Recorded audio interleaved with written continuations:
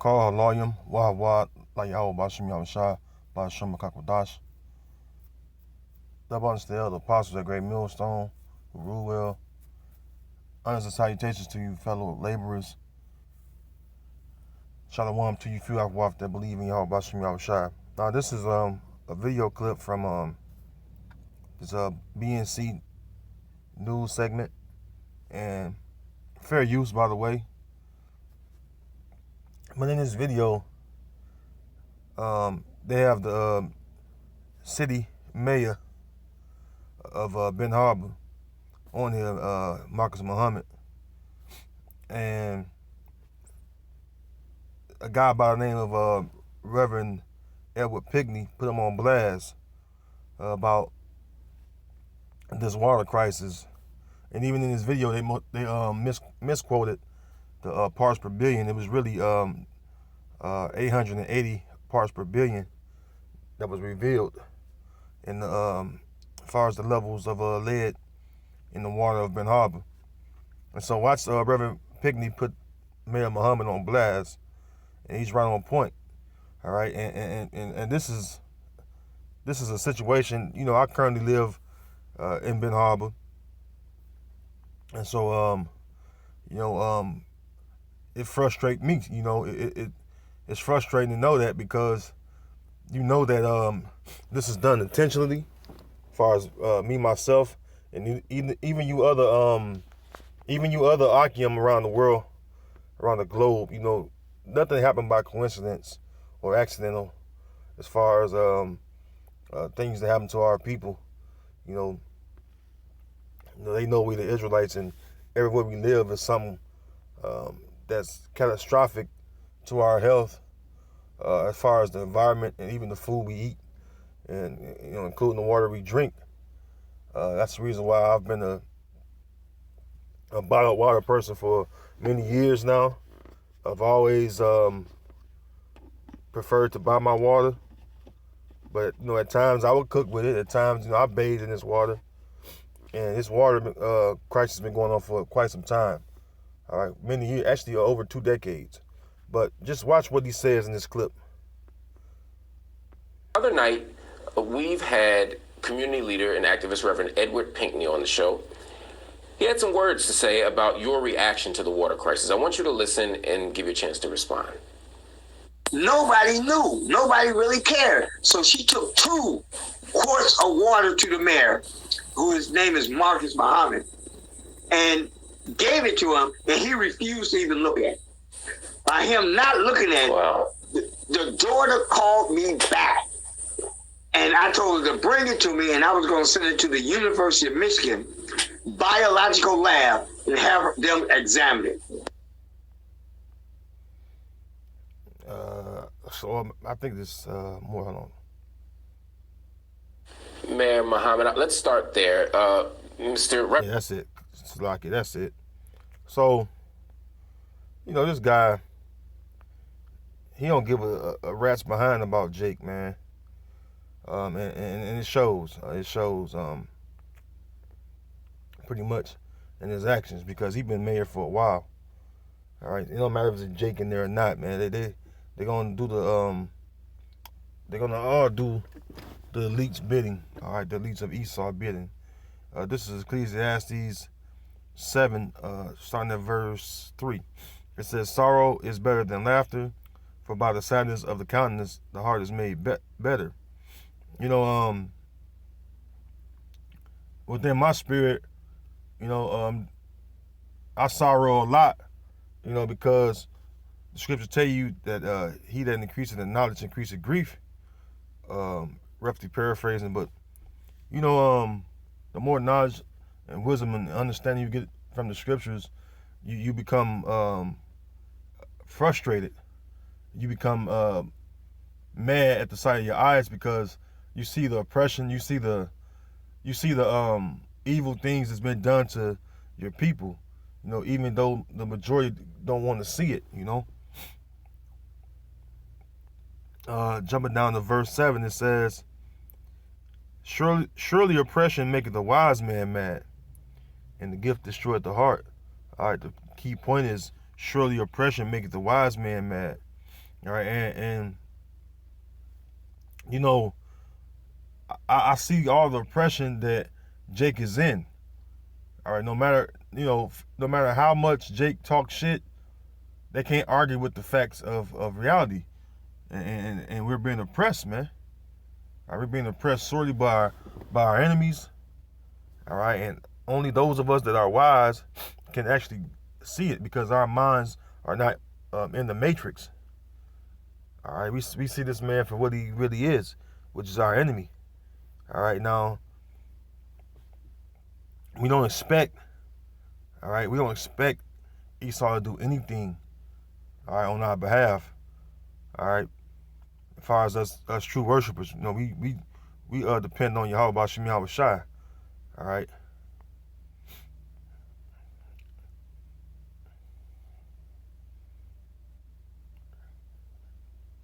This is the book of Psalms, chapter 12. I'm gonna start at verse. I'm gonna start at verse 2. It says, "They speak vanity, everyone with his neighbor, with flattering lips and with a double heart do they speak." You know, that's kind of how this Mayor Muhammad dude, because that's all he do is speak vanity. I've actually talked with this guy in person not that long ago. I was setting up for camp, and he was happened to be parked right by the camp spot, and he was with his little personal bodyguard, and we talked for a few seconds, and you could tell within his spirit that he was just disingenuine. He was very deceptive. You know, he didn't answer the question directly. He was tap dancing around the question that I had asked him, and I asked him that, what I asked him. I asked him, I said, do you think Ben Harbor is getting better, and do you have goodwill and good intentions towards the betterment of Ben Harbor, seeing that the condition of it, and I myself being born and raised here, I've seen this city go from sugar to shit, and so I asked him a question along them lines, and he tap danced all around it. He couldn't even tell me a straight up answer, and he was beating around the bush, especially when I had posed a follow up question. This dude have a double heart, man. The scriptures say a double minded man is unstable in all his ways, man. And that's clearly what he is. Verse 3, Yahweh shall cut off all flattering lips. Yahweh shall cut off all flattering lips and the tongue that speaketh proud things. A lot of them politicians, including Jake, man, they don't care about the cause of the poor, and the poor is us Israelites, man. All right? You think because you voting in a Jake to be mayor or commissioner that he's going to do something on your behalf? The answer is no. All right? They're a part of that deception machine. All right? Verse 4, it says, "Who have said with our tongue we will prevail, our lips are our own. Who is Lord over us?" Ultimately Esau, all right, is the one that speaks with flattering words, all right, and he's the real proud one, but you have Jakes that are join hand in hand with Esau, and they're proud as well. All right, they got that proud spirit on them as well. All right. Verse 5, "For the oppression of the poor, for the sighing of the needy, now will I rise, saith Yahweh. I will set him in safety from him that puffeth at him." Right, and we are oppressed every day in this land. All right, we're sorely oppressed, and no one gives a cry or care about how us Israelites are doing. Okay, it tells you that in the book of let's see, what's that, Jeremiah 15? Yeah, here it goes, Jeremiah 15:5. It says, "For who shall have pity upon thee, O Jerusalem? Or who shall bemoan thee?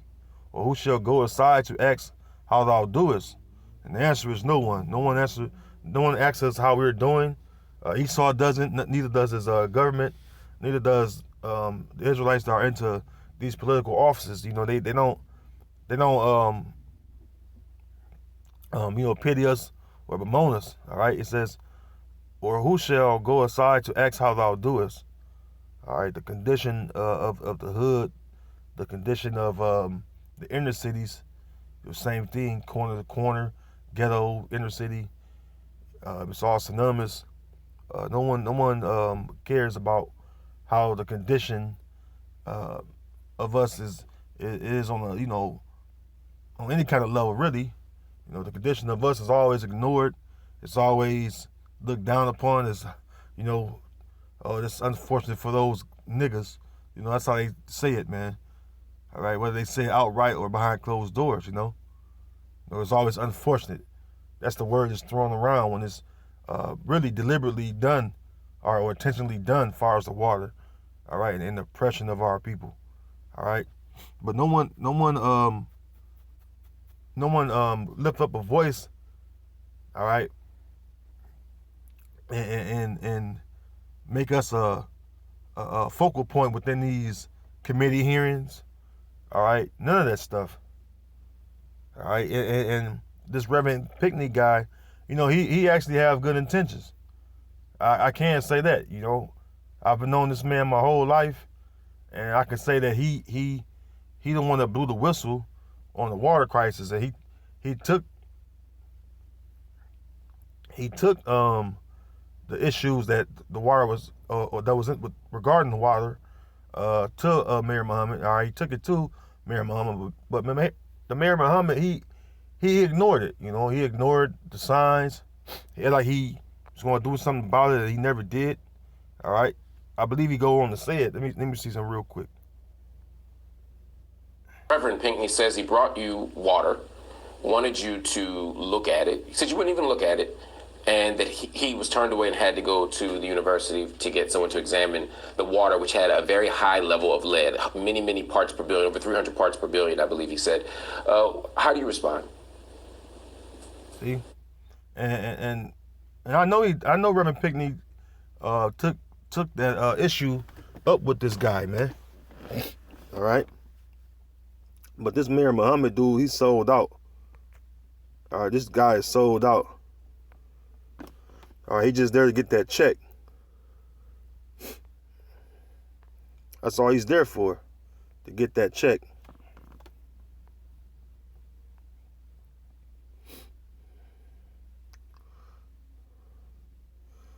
Psalm 17 and starting at verse 8, it says, keep me as the apple of thy eye. Keep me as the apple of the eye. Hide me under the shadow of thy wings. From the wicked that oppress me, from my deadly enemies who compass me about. The wicked, which is Esau, Edom, the so-called white man, beginning with their elites. Excuse me. He's the number one oppressor of our people. All right, and our people grown to love their oppressor. All right, it's called Stockholm Syndrome. All right, and Jake has it. Jake has Stockholm Syndrome because these are the same people that enslaved our people, all the tribes. These are the same people that deal very treacherously with us continually. All right, and to this very day, we're under their hands. All right, we're under their rule. Okay, and that's the truth, man. All right, we're not going to receive anything that's going to benefit us while we're under Esau, man. Isaiah 30 and 12, it says, wherefore thus saith the Holy One of Israel, because ye despise his word and trust in oppression and perverseness and stay thereon. And that's Israel for you, man. You Israelites out there, you despise the words of Yahweh Shai, and you trust in oppression and perverseness, man. That's who you are to a T, man. I mean, here it is. We don't have jack shit in this land. But you Israelites out there act as though we got it good, man. All right, when that's far from the truth, man. You trust in oppression, and oppression that have gotten us or kept us, downtrodden underfoot. All right.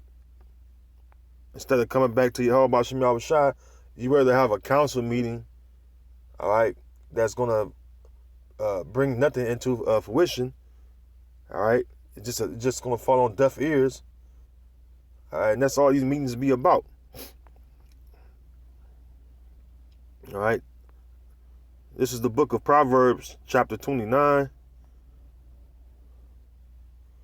And verse 7, it says, "The righteous consider the cause of the poor, but the wicked regard it not to know it."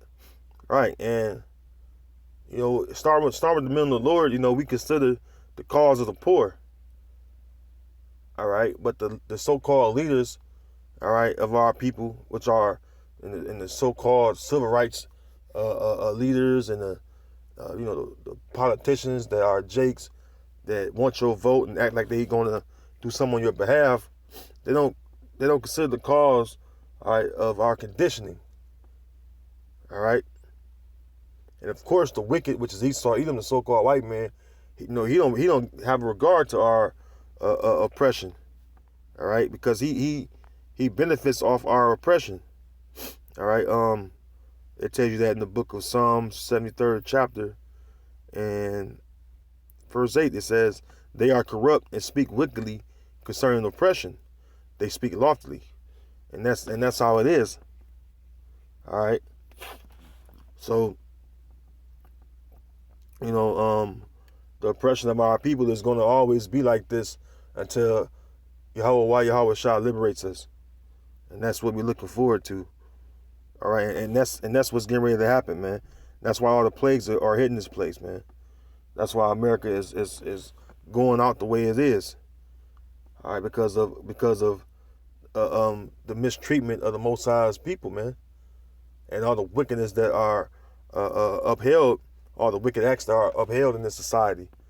All right, but this place is going out very bitterly, and expect more evil things to happen to our people. All right, this lead water is just one of the things. Okay, so with that, I'm gonna close. Lord willing, you will edify. Until next time, I say shalom.